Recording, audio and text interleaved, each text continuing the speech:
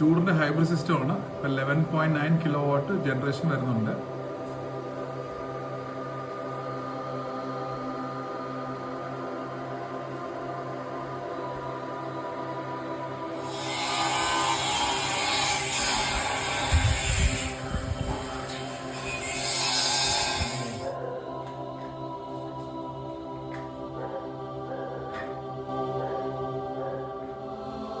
അപ്പോൾ 5 kW ഇതൊരു നല്ല ഇൻവെർട്ടറായിട്ട് നമ്മൾ സജസ്റ്റ് ചെയ്യണം.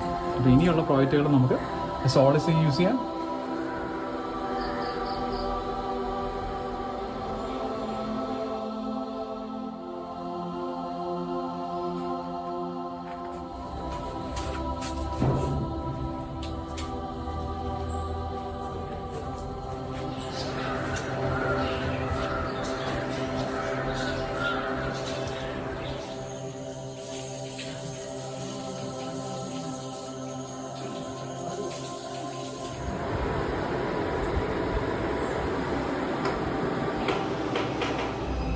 അപ്പോൾ നമ്മുടെ 12 kW ഹൈബ്രിഡ് സിസ്റ്റം കഴിഞ്ഞ 50 ദിവസമായിട്ട് സക്സസ്ഫുള്ളി റൺ ചെയ്യും.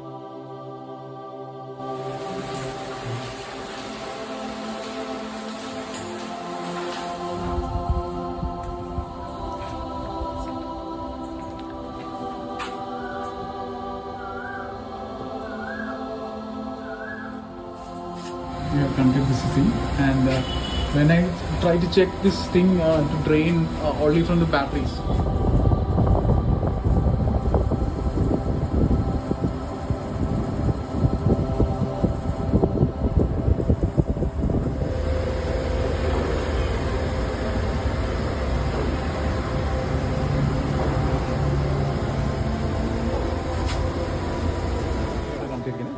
ഇതാണ് ആക്ച്വലി കേരളത്തിലെ first hybrid installation solace inverter വെച്ചിട്ടുള്ളത്.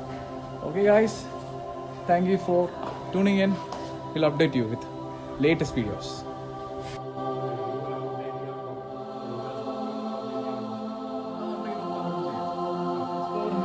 ഹൈ വോൾട്ടേജ് ബാറ്ററിയാണ്.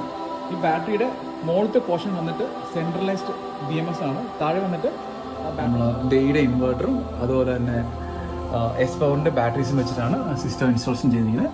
ഇപ്പം നിലവിൽ